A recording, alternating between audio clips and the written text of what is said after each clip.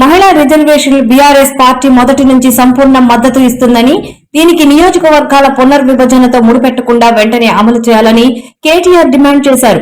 సీట్ల పెంపు పేరుతో దక్షిణాది రాష్ట్రాల ప్రాతినిధ్యాన్ని తగ్గిస్తే తీవ్ర తిరుగుబాటు తప్పదని హెచ్చరిస్తూ దేశ ప్రయోజనాల దృష్ట్యా లోక్సభ సీట్లలో దక్షిణాది వాటా 24%గానే ఉండాలని పేర్కొన్నారు.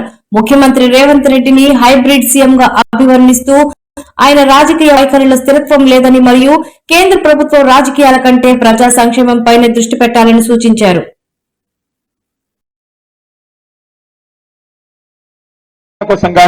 చేసిందేమీ లేదు.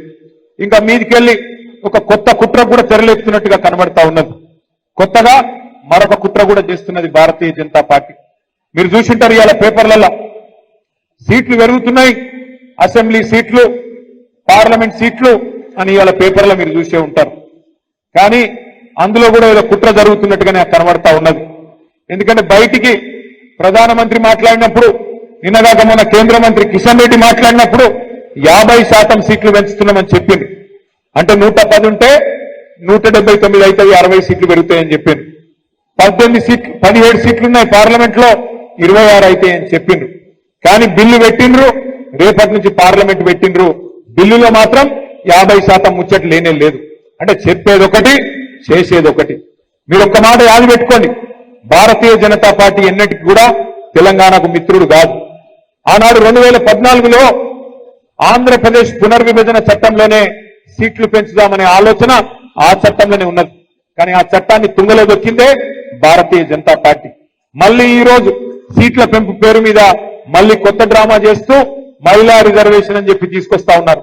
మహిళా రిజర్వేషన్ కు మేము అనుకూలమే. మహిళా రిజర్వేషన్ ఖచ్చితంగా సమర్థించిందే కేసీఆర్ గారు, మన పార్టీ. శాసనసభలో, శాసన మండలిలో తీర్మానం చేసి కేసీఆర్ గారి నాయకత్వంలో మహిళలకు ఖచ్చితంగా చట్టసభల్లో 33% ఇయ్యాల్సిందే. మేము ఇక్కడ మార్కెట్ కమిటీలో ఇచ్చినాం, స్థానిక సంస్థల్లో 50% ఇచ్చినాం, మీరెందుకు ఇయ్యరు అని చెప్పి శాసనసభలో, శాసన మండలిలో తీర్మానం చేసి పంపిందే కేసీఆర్ ప్రభుత్వం, బీఆర్ఎస్ పార్టీ. దాని విషయంలో ఇబ్బంది లేదు.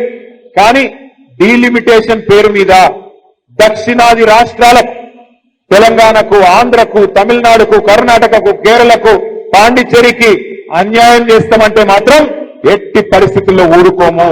ఎట్టి పరిస్థితుల్లో బీజేపీకి సమర్థన ఇచ్చే ప్రసక్తే లేదు. ఒక్క మాట మాత్రం పక్కా, ఇవాళ 24%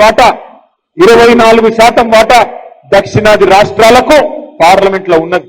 దాన్ని యథాతథంగా మెయింటైన్ చేయాల్సిందే. లేకపోతే మాత్రం ఎట్టి పరిస్థితుల్లో తిరుగుబాటుకు, పెద్ద ఉద్యమానికి కూడా బీఆర్ఎస్ నాయకత్వం వహిస్తుంది. అవసరమైతే కేసీఆర్ గారే ముందుండి నడిపిస్తారనే మాట కూడా నేను భారతీయ జనతా పార్టీకి, కేంద్ర ప్రభుత్వాన్ని కూడా చెప్తా ఉన్నా.